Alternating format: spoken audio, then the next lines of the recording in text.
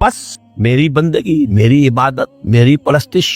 میری محبت، اس کو اختیار کرو۔ وَأَقِمِ الصَّلَاةَ لِذِكْرِي، اور نماز کو قائم رکھو میری یاد کے لیے۔ بلکہ اسی سلسلہ کلام میں آگے چل کر سورہ طٰہٰ میں آتا ہے، کافی گفت و شنید کے بعد جب حضرت موسیٰ نے کچھ معذرت بھی کی، کچھ دعائیں بھی کی، اللہ نے ایک دعا قبول بھی کی کہ ان کے بھائی کو بھی شریک کر دیا، حضرت ہارون کو بھی۔ اس کے بعد پھر جب فرمایا کہ اب جاؤ فرعون کی طرف، تو اس میں فرمایا وَلَا تَنِعَ فِي ذِكْرِي، اور دیکھنا یہ جو عظیم مشن تمہارے کندھے پر آ گیا ہے، بڑا بھاری اور کٹھن ایک فرض ہے جو تم پر عائد ہو گیا ہے، اس کے لیے سب سے بڑی تمہارے پاس جو قوت کا ذریعہ ہے وہ نماز۔ فَلَا تَنِعَ عَنْ ذِكْرِي، میری یاد میں کبھی غفلت نہ کرنا، اس میں کبھی کوئی کمی نہ آنے دینا۔ جیسا کہ میں نے عرض کیا تھا کہ جیسے ہی وہ تعلق جو ہے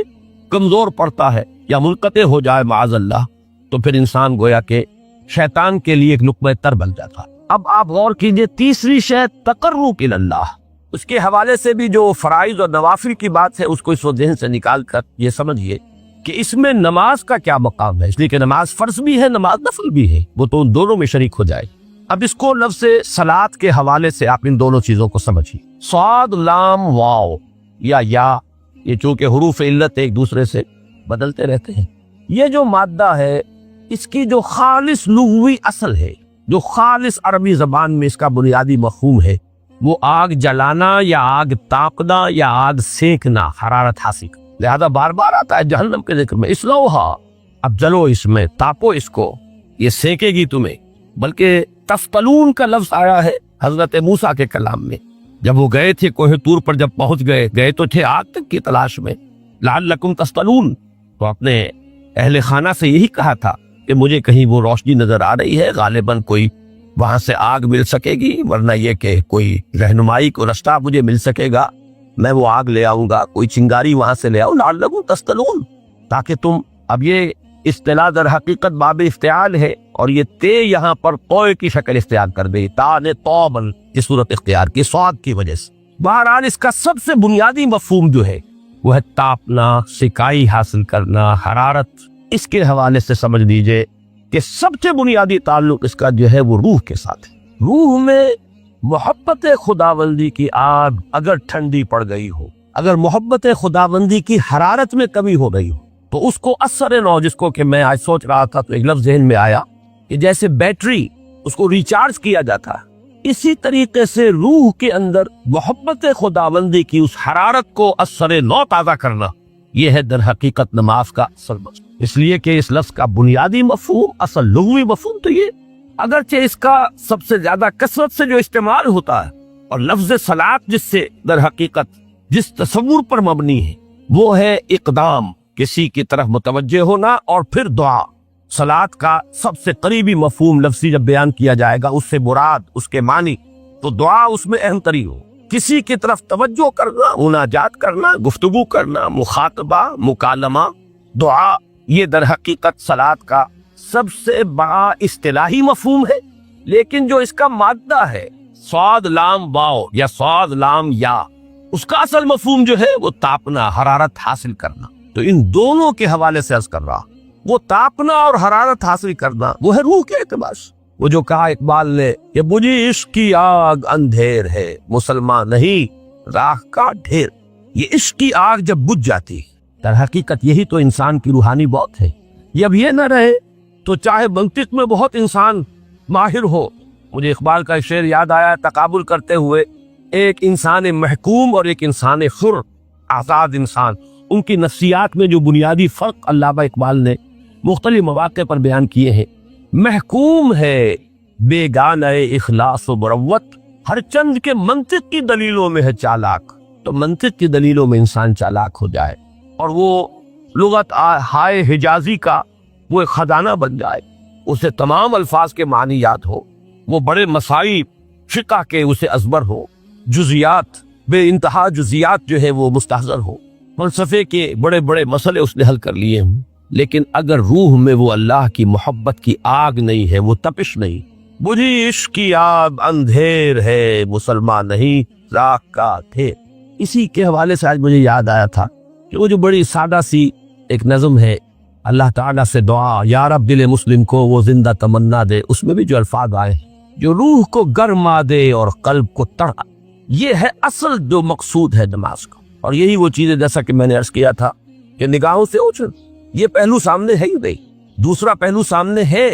اور وہ بھی میرے نزدیک بہت اہم ہے، بہت بنیادی ہے، اس میں کوئی شک نہیں، لیکن یہ ہے بلند ترین مقصد، یہ تقرب الی اللہ۔ اگر کوئی مسلمان اپنے کسی بھائی کی ضرورت پوری کرنے میں لگ رہا ہے، اپنا وقت صرف کر رہا ہے، اللہ اس کی ضرورت پوری کرنی شروع کر دے گا۔ بہت عمدہ مقام ہے، اللہ نے ہر چیز کے لیے ایک اندازہ مقرر کیا، کم اللہ کی مدد آئے گی یہ بھی اس نے طے کیا ہوتا ہے۔ You have to qualify, pre qualification condition,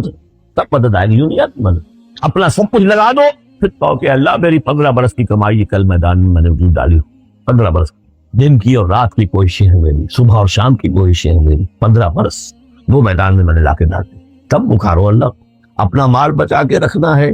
اپنی مستقبل کو بھی بچانا ہے، اپنی اولاد کو بھی بچانا ہے، اور اللہ کا دین غالب ہو جائے، کہیں نام لکھا کے کسی جماعت میں شامل ہو کر بڑا تیر مار دی، گویا کہ اللہ تعالیٰ تو جانتا ہی نہیں۔ خود حضرت ابو بکر کا جو حال ہو گیا تھا کہ حضور اگر انہوں نے ذرا بھی دیکھ لیا، نیچے اپنے قدموں کی طرف نگاہ ڈالی تو ہم نظر آ جائیں گے، آپ نے فرمایا لا تحزن ان اللہ معنا، راستہ نکالتا اللہ۔ پھر حضور گئے طائف، لیکن وہاں سے خالی ہاتھ آئے، مدینے میں اللہ نے خود ہی کھڑکی کھول دی، 6 آدمی ایمان لے آئے، آپ گئے ہی نہیں اور وہاں انقلاب بھی آ گیا۔ عظیم، اس اعتبار سے اللہ مخرج پیدا کرتا ہے، تم صحیح طریقے پر چلتے رہو، تقوی اختیار کرو، صحیح راستے پر جد و جہد کرو، یہ کام اللہ پر چھوڑو، کب اسے منظور ہے اس کا کامیاب ہونا، جب ہوگا وہ راستہ ایسا کھولنے کا کہ تمہیں گمان بھی نہیں ہوگا۔ وَيَرْزُقْهُ مِنْ حَيْثُ لَا يَحْتَسِبُ، اور اسے رزق دے گا وہاں سے جہاں سے اسے گمان بھی نہیں ہوگا۔ اقامت دین کی جد و جہد ہو، غلبہ دین کی جد و جہد ہو، اپنے آپ کو اجن صلاتی و نسکی و محیایا و مماتی اس کا فیصلہ کرنا ہو، تو سب سے بڑی رکاوٹ آتی کھائیں گے کیا؟ تو اللہ تو کہتا ہے راضی میں ہوں، ہے ایمان اور یقین اس پر، کر کے دیکھو تو صحیح، اس پر اعتماد تو کرو، لیکن یہ کہ اس پر اعتماد کرنا توکل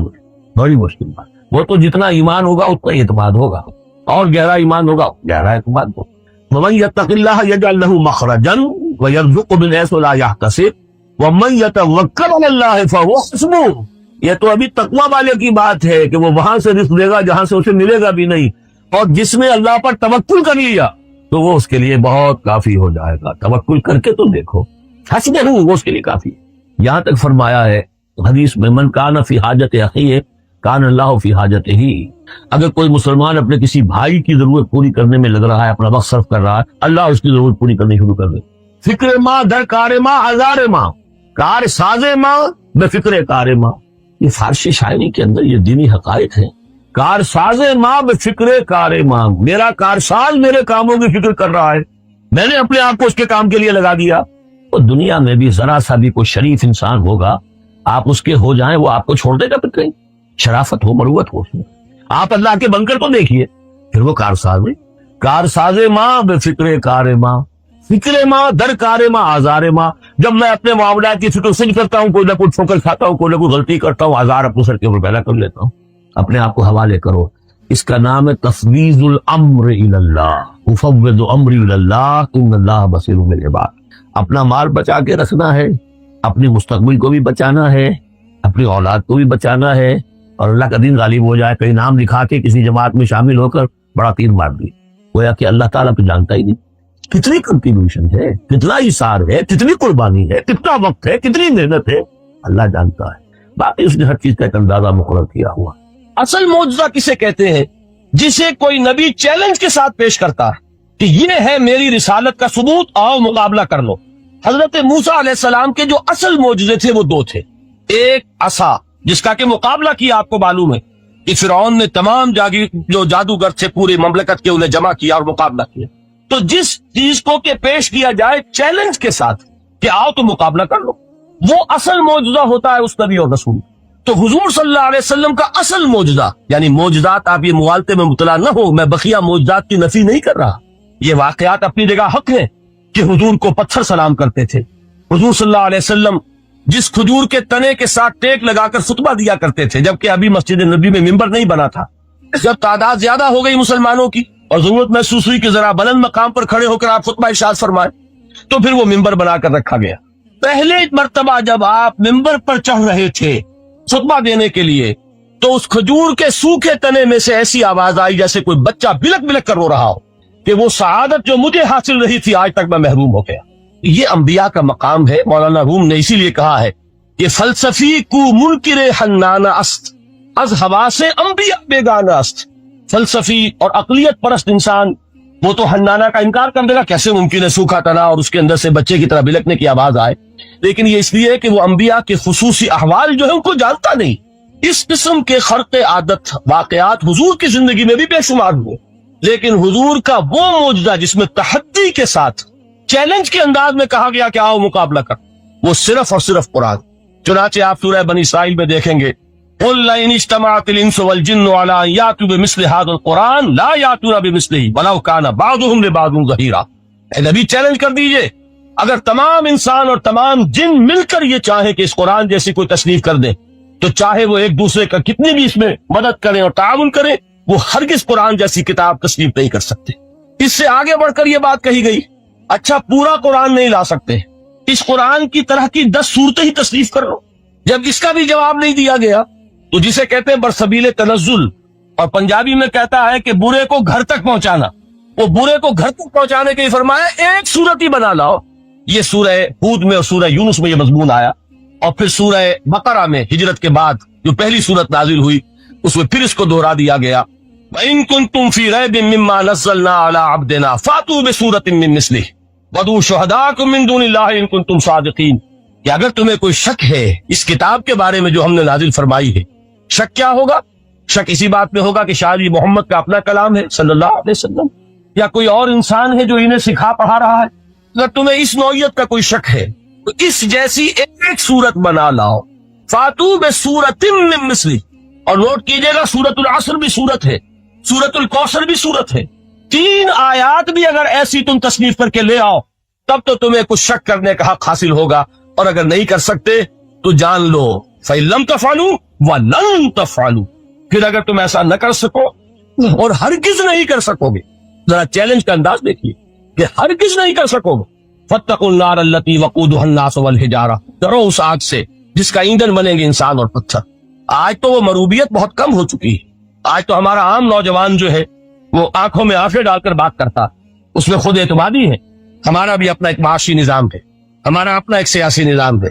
ہمارا ایک اپنا سماجی نظام ہے، ہماری اپنی سوشل ویلیوز ہیں۔ آج کا نوجوان الحمدللہ احیاء اسلام کی وہ جد و جہد جو ہے وہ مرحلہ در مرحلہ بہرحال آگے بڑھ رہی ہے، وقت لگے گا لیکن یہ کہ اس میں یقیناً ترقی ہوئی ہے۔ اسی کا مظہر یہ ہے کہ خود اعتمادی ہے، we have confidence۔ ہم جانتے ہیں کہ اسلام ایک دین ہے، مکمل دین ہے، اس کے پاس زندگی کے تمام مسائل کا حل ہے، لیکن یہ ہے آج 1985 کی بات۔ علامہ اقبال اس صدی کے آغاز میں گئے ہیں یورپ، جبکہ ہم محکوم تھے انگریز کے، ایک حاکم قوم کے ہاں جا کر اس سے مروبیت کتنی شدید اس وقت تھی، جو جاتا تھا اکثر و بیشتر جو ہے واپس آتا تھا تو کھڑے ہو کر پیشاب کرنا ضروری سمجھتا تھا، اس لیے کہ اس نے وہاں پر لوگوں کو یہی کرتے دیکھا۔ ان کا لباس، ان کی وضاقتہ، ان کی تہذیب، ان کا تمدن، ہر طرح سے ان کے گن گاتا ہوا، ان کے لیے وہ بہت قصیدے جو ہے تعریف کے کہتا ہوا آتا تھا۔ لیکن ایک علامہ اقبال کی شخصیت وہ ہے کہ وہ یہ خود کہتے ہیں کہ میں اس آگ میں ڈالا گیا ہوں مثل خلیل، مغربی تہذیب کے اس الاؤ میں مجھے اس طرح ڈالا اللہ نے جیسے کہ حضرت ابراہیم کو آگ میں ڈلوایا۔ میں اس تہذیب کے اس الاؤ کے اندر سے ہو کر آ رہا ہوں، اور میں نے یہ دیکھ لیا ہے کہ یہ تہذیب کھوکھلی ہے، اس کے اندر کوئی پائیداری نہیں ہے، نظر کو خیرہ کرتی ہے تب چمک تہذیب حاضر کی، یہ سنائی مگر جھوٹے نگوں کی ریزہ کاری ہے، اور دیار مغرب کے رہنے والوں خدا کی بستی دکان نہیں ہے، بھلا جسے تم سمجھ رہے ہو وہ اب ذرے کا معیار ہوگا، تمہاری تہذیب اپنے خنجر سے آپ ہی خودکشی کرے گی، جو شاخ نازک پہ آشیانہ بنے گا نا پائیدار ہوگا۔ اب آپ اندازہ کیجئے وہ شخص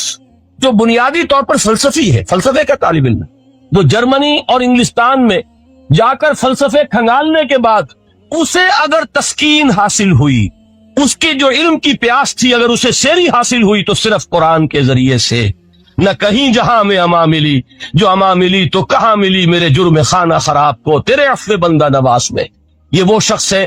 آخری زندگی میں ان کا کام صرف ایک رہ گیا تھا، قرآن کی تلاوت۔ بڑے بڑے فلسفی ملنے آتے تھے علامہ اقبال سے ملنے، وہ سمجھتے تھے بڑی لائبریری ہوگی، جیسے بڑے وکیل اس کی لائبریری آپ کو معلوم ہے کتنی جلدیں رکھی ہوگی، خوبصورت جلدیں بنی ہوئی، ایسے ہی کوئی بڑا فلسفی، بڑا پروفیسر، اس کی اسٹڈی، اس کی کتابیں بڑی مرغوب کن ہونی چاہیے، لیکن علامہ اقبال کے ہاں سب کتابیں اٹھوا دی تھی انہوں، صرف ایک کتاب رہ گئی۔ اور سید نذیر نیازی کا نام آپ نے سنا ہوگا، انہوں نے جب یہ گواہی دی ہے، یہ واقعہ شاید آپ کے علم میں نہ آیا ہو، یہ بہت اہم واقعہ۔ وہ یہ لکھتے ہیں کہ میں نے ایک مرتبہ علامہ سے پوچھا کہ کچھ لوگ اعتراض کرتے ہیں یا یہ خیال ظاہر کرتے ہیں کہ آپ نے اپنا فلسفہ خودی نیٹشے سے لیا ہے، کوئی کہتا ہے فلاں سے لیا ہے، کوئی کہتا ہے فلاں سے لیا ہے، کچھ آپ خود بتا سکیں گے کہ آپ کے فلسفہ خودی کی سورس کیا ہے؟ تو علامہ نے کہا کہ اچھا کل فلاں وقت آ جانا تو میں تمہیں لکھوا دوں گا، ڈکٹیٹ کرا دوں۔ تو سید نذیر نیازی کہتے ہیں کہ میں بہت خوش ہوا کہ یہ سعادت میرے حصے میں آ رہی ہے کہ علامہ اقبال خود مجھے تحریر کرائیں گے کہ میرے فلسفے کی سورس کیا ہے، میں نے کہاں سے اخذ کیا۔ دوسرے روز وہ گئے، حاضر ہوئے، بڑے ہی ارمانوں کے ساتھ پینسل اور کاپی لے کر بیٹھے۔ علامہ نے فرمایا ذرا قرآن مجید نکال لاؤ، تو قرآن مجید لائے، حاضر ہوئے۔ یہ فلسفے کا سورس مجھے ڈکٹیٹ کرانے چلے تھے، یہ قرآن مجید کہہ رہے؟ کہا کہ ذرا سورۃ الحشر اس کا آخری رکوع، وَلَا تَكُونُوا كَالَّذِينَ نَسُوا اللَّهَ فَأَنسَاهُمْ أَنفُسَهُمْ أُولَٰئِكَ هُمُ الْفَاسِقُونَ۔ اے لوگوں، ان لوگوں کے مانند نہ ہو جانا جنہوں نے اللہ کو بھلا دیا تو اللہ نے انہیں اپنی خودی سے غافل کر دیا، اپنے آپ سے بیگانہ بنا دیا، یہی ہے لوگ جو فاسق ہیں۔ علامہ نے کہا میرے فلسفے کی سورس یہ میں آپ کو بتانا چاہتا ہوں۔ اس معنی میں کہتا ہوں کہ اس دور میں علامہ اقبال کی شخصیت کو میں اعجاز قرآن کا سب سے بڑا مظہر سمجھتا ہوں۔ ایک شخص 20ویں صدی کا، 20ویں صدی عیسوی کی شخصیت، اور پھر یہ کہ وہ کہیں مسجد اور کسی مدرسے کے ماحول میں پلا بڑھا نہیں ہے، بلکہ اسکولوں اور کالجوں میں اور یونیورسٹیوں میں، اور صرف ہندوستان میں نہیں، انگلستان اور جرمنی کی یونیورسٹیوں میں رہا، جس نے اپنا لوہا منوایا ہے۔ وہ شخص اگر یہ کہتا ہے کہ میرے لیے فکر کی بنیاد، میرے فلسفے کی سورس، میری تمام سوچ کی رہنمائی جو ہے وہ اس کتاب نے کی ہے، تو معلوم ہوا کہ واقعتاً یہ قرآن مجید آج بھی معجزہ۔ یہ بات تو ہوئی فلسفے اور فکر کے اعتبار سے۔ دوسرا پہلو جو اپلائیڈ پہلو ہے، اس دور کے اعتبار سے وہ اہم تر ہو گیا ہے۔ انسان کے لیے جو پیچیدہ تمدنی مسائل ہیں، سیاسی مسائل کو کیسے حل کیا جائے، معاشی مسائل کا حل کیسے ہو، سماج میں توازن کیسے ہو، مرد اور عورت کے درمیان توازن کیسے ہو، ہوتا کیا ہے یا عورت بھیڑ بکری کی طرح کی ملکیت بن جاتی۔ تمہارے ہاں اردو میں جو اس کا محاورہ ہے کہ جوتی کی نوک، یہ اس کی حیثیت ہو جائے گی، یا دوسری طرف عورت کلوپیٹرا بن کر قوموں کی قسمتوں سے کھیلے گی۔ دنیا میں یہ دو انتہائیں ہوئیں، کہاں نقطۂ عدل کہاں ہے، کیسے بیلنس جو ہے اسٹرائک کیا جائے، مردوں کے حقوق اور فرائض اور خواتین کے حقوق اور فرائض، اس میں صحیح ترین ایکویشن ہے کیا؟ اسی طریقے سے فرد اور اجتماع، فرد اور ریاست، یا تو یہ کہ انسان کی انفرادی آزادی اتنی جا رہی ہے، مادر پدر آزاد، جس کا مظہر یہ ہے کہ آج انگلستان میں 2 مرد بھی میاں اور بیوی کی حیثیت سے رہ سکتے ہیں، قانون تسلیم کرے گا ہسبینڈ اینڈ وائف، ان کو وہی حقوق حاصل ہو، یہ ہے وہ آزادی۔ جب ترکی میں اسلام کے آئلی قوانین بھی منسوخ کیے، نوٹ کیجئے اس کو، یہ اسی صدی کے وہ صدمے ہیں جو ہم نے اٹھائے ہوئے ہیں، اور گاہے گاہے باز خواہی قصہ پاری نہ رہا، تازہ خواہی داشتن گر داغ ہائے سیدھا رہا۔ اس صدی میں کیا نہیں ہوا، عربوں کی ریوولٹ ترکوں کے خلاف، ان کے پیٹھ میں جو خنجر گھونپا، اور ایک انگریز، ایک کرنل لارنس کی وہ ساری شرارت، اس کے نتیجے میں ایک عظیم مملکت عثمانیہ، سلطنت عثمانیہ، دی گریٹ آٹومان امپائر، اس کے چیتڑے اڑ گئے، اور اس کے بعد وعدے کیے تھے عربوں سے کہ ہم تمہیں حکومت دیں گے، ہوا کیا کہ ان کے چھوٹے چھوٹے ٹکڑے کیے اور تقسیم کر لیے، مغربی سامراج کا دور شروع ہو گیا۔ اس کا ایک رد عمل مصطفیٰ کمال پر اس درجے شدید ہوا، اس نے ہر چیز جس کا تعلق عربوں سے تھا اس کو ختم کر دیا، ملک بدل کر دیا، عربی میں اذان نہیں ہوگی، عربی میں نماز نہیں پڑھی جائے گی، اور اسی کے ضمن میں یہاں تک گیا کہ فیملی لاز بھی رومن لاز جو ہے وہ نافذ کیے۔ تو یورپ کے اخبارات نے اس وقت یہ طنز کیا تھا مسلمانوں پر، یہ مسلمان عجیب قوم ہے، کہتے یہ ہے کہ ہمارے پاس دنیا کا بہترین ضابطہ ہے، بہترین قانون ہے، ہمارے قانون سے بہتر کسی کا قانون نہیں، اور حال یہ ہے کہ فیملی لاز کے لیے بھی یہ ہم سے بھیک مانگ رہے ہیں، ہم سے وہ قوانین لے کر اپنے ہاں نافذ کر رہے ہیں۔ آج بدقسمتی سے اکثر و بیشتر مسلمان ممالک کا حال یہی ہے، آج ہم ان سے بھیک مانگ رہے ہیں، کہیں جمہوریت کی بھیک ہے، کہیں سوشلزم کی بھیک ہے، کہیں کسی اور سماجی نظام کی بھیک ہے،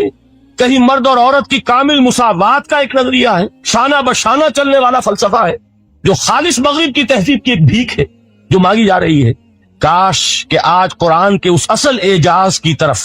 جو اس کا اصل معجزہ اس دور کے لیے، میں نے عرض کیا کہ اعجاز قرآنی کا وہ معجزہ کہ وہ فصاحت اور بلاغت کی معراج ہے، وہ یا تو اپریشیٹ کر سکتے ہیں اہل عرب، اور اہل عرب میں سے بھی حقیقت میں وہ جو قدیم جاہلی شاعری کے جاننے والے ہیں جو بہت کم رہ گئے ہیں وہ جان سکتے ہیں کہ جب قرآن نازل ہوا تو کیوں زبانیں گنگ ہو گئی تھی، کیوں کوئی ایک شخص جھوٹ موٹ کو بھی مدعی بن کر نہیں آ سکا کہ یہ میں نے قرآن کی جیسی ایک کتاب یا قرآن جیسی ایک سورت یا قرآن کی طرح کے چند جملے میں نے موضوع کر دیے ہیں۔ لیکن دوسرا پہلو ہے فکر اور فلسفہ، اس کے اعتبار سے جس کا سب سے بڑا ثبوت اس دور میں علامہ اقبال، اور تیسرا پہلو ہے Islamic social sciences, political science, economics, sociology. اس میں جو کچھ قرآن نے دیا ہے جو آج بھی انسان کی رہنمائی کے لیے بہترین نظام ہے، اس نظام کو ہم سمجھے، اسے دنیا کے سامنے پیش کریں، تب در حقیقت قرآن مجید کا اعجاز سامنے آئے۔ یہ دو پہلو تو میں نے وہ عرض کیے ہیں کہ جو کسی غیر مسلم کو بھی نظر آئے، قرآن کا پریزروڈ ہونا، اس کی انٹیگریٹی، اوتھینٹسٹی، یہ چیزیں وہ ہے کہ جو سب نے مانی۔ قرآن کے ذریعے تاریخ انسانی کا عظیم ترین انقلاب برپا ہونا، یہ وہ بات ہے کہ جو کسی اندھے کو بھی دیکھنی پڑتی ہے۔ اس حقیقت کا اعتراف دشمن کو بھی کرنا پڑتا۔ میں یاد دلا دوں آپ کو، ایچ جی ویلز، آپ نے نام سنا ہوگا، سائنٹیفک فکشن میں اس کا بڑا اونچا مقام ہے، لیکن اس نے تاریخ نسل انسانی پر بھی دو کتابیں لکھی، a short history of the world اور a concise history of the world. Concise history of the world میں وہ شخص حضور کے ذکر پر جب آتا ہے تو میں صرف ذکر کر رہا ہوں، نقل کفر نہ باشد، اس نے حضور کی شخصیت پر بڑے رقیق حملے کیے ہیں، بڑے گھٹیا حملے کیے۔ حضور کی خاص طور پر تعدد ازدواج کا جو معاملہ ہے، یہ کڑوی گولی ان کے حلق سے اتر نہیں سکتی، اس لیے کہ ان کا آئیڈیل ہے حضرت مسیح اور حضرت یحییٰ، جان دی بیپٹسٹ اینڈ جیسس آف نزارت۔ ان دونوں نے ایک شادی بھی نہیں کی، تجرد کی زندگی بسر کی، لہذا ایک شادی بھی ان کے نزدیک گھٹیا فعل ہے۔ تو حضور نے تو کی ہے 11 شادیاں، 11 نکاح کے۔ یہ جو کڑوی گولی ہے یہ ان کے حلق سے نیچے نہیں اترتی، اس لیے میں انہیں معذور سمجھتا ہوں۔ تو اس نے اس پہلو سے تو بڑے حملے کیے، لیکن خطبہ حجۃ الوداع کے وہ جملے جو ہے تاریخی، پورے کے پورے اس نے کوٹ کیے، لا فصل لعربی علی عجمی ولا لعجمی علی عربی ولا لأحمر علی اسود ولا لأسود علی احمر الا بالتقوی کلکم بنو آدم وآدم من تراب۔ کسی عرب کو کسی عجمی پر کوئی فضیلت نہیں، کسی عجمی کو کسی عرب پر کوئی فضیلت نہیں، کسی گورے کو کسی کالے پر کوئی فضیلت نہیں، کسی کالے کو کسی گورے پر کوئی فضیلت نہیں سوائے تقوی کے۔ تم سب کے سب آدم کی اولاد ہو اور آدم مٹی سے بنائے گئے۔ یہ الفاظ لکھ کر کہتا ہے کہ جہاں تک human fraternity, equality and freedom, 3 الفاظ نوٹ کیجئے، انسانی حریت، انسانی مساوات، انسانی اخوت، کہتا ہے جہاں تک ان 3 چیزوں کے واز ہے، سرمنس کا تعلق ہے، وہ تو دنیا میں پہلے بھی بہت کہے گئے۔ عیسائی ہونے کے باوجود خاص طور پر نام لیتا ہے جیسس آف نزارت۔ سرمنس تو حضرت مسیح کے ہاں بھی بہت مل جائیں گے کہ تمام انسان برابر ہیں، سب کو بھائی بھائی ہونا چاہیے، سب انسان آزاد ہیں، تمیز بندہ و آقا فساد آدمیت ہے۔ لیکن وہ کہتا ہے کہ یہ ماننا پڑتا ہے تاریخ انسانی میں مرتبہ ان اصولوں پر ایک انسانی معاشرہ قائم کیا محمد نے صلی اللہ علیہ وسلم، یعنی حضور کے ساتھ یہ معاملہ ایمپٹی سلوگنز کا نہیں، یہ صرف واز نہیں ہے، یہ صرف سرمنز نہیں ہے، یہ ایمپٹی سلوگنز نہیں ہے۔ He translated these things into actuality،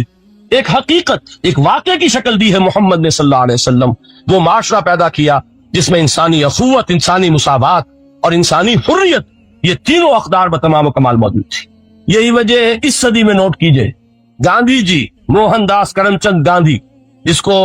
آج پوری دنیا میں تسلیم کیا جاتا ہے، عالم عرب میں بھی